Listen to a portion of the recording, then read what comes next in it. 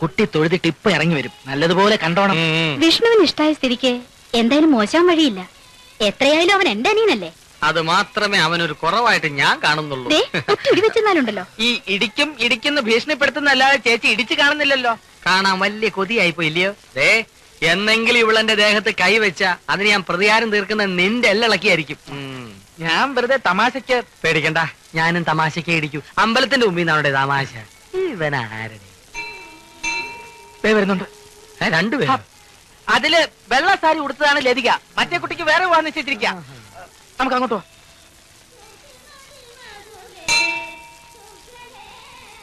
എന്തൊരു അത്ഭുതം! നിങ്ങളിവിടെ പ്രതീക്ഷിച്ചതേ ഇല്ല. ഇത് ഞങ്ങളുടെ ഓഫീസിലെ ലതിക, ഇത് വിഷ്ണുവിന്റെ ചേച്ചി, ഇത് ചേട്ടൻ. ഞാൻ VG കുറുപ്പിയേട്ടൻ, ഇത് പാർവതി കുറുപ്പ്.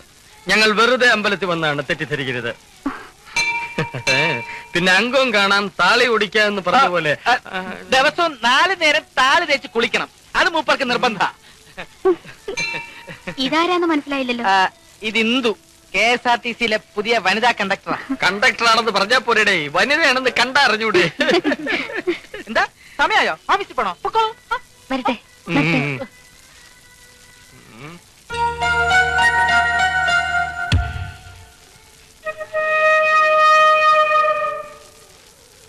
നല്ല ഐശ്വര്യമുള്ള കുട്ടി.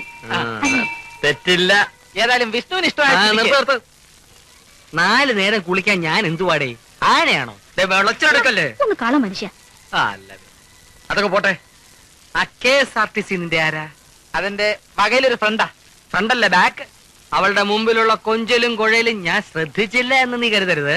കാളവാല് പൊക്കുമ്പോ എനിക്കറിയാം. നിങ്ങൾ ഈ കാളവാല് പൊക്കുന്ന നോക്കി നടക്കുന്ന എന്തിനാ മനുഷ്യ? അതെ കൃഷ്ണൻകുട്ടി, എല്ലാം വിഷ്ണുവിന്റെ ഭാഗ്യ.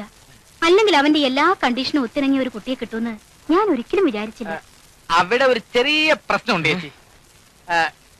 കണ്ടീഷനുകൾ പലതും ഓക്കെ അല്ല. പിന്നെ പക്ഷെ ഓക്കെ ആക്കിക്കാം. മനസ്സിലായില്ല. എല്ലാം ഞാൻ പറയാം. വന്നാട്ടെ. എന്റെ ഭഗവതി, ഇവന്റെ ഷേപ്പ് മാറാതെ നീ നോക്കിക്കോണേ.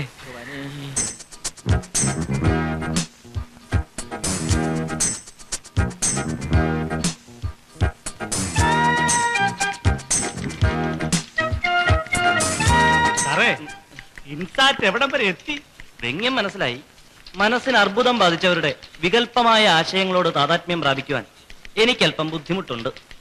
സാറിന് എന്ത് സാഹിത്യം പറഞ്ഞാലും ശരി, ഞങ്ങളുടെ നാട്ടിൽ ഇതിന് ഷുഗർ എന്ന് പറയും, പഞ്ചാര.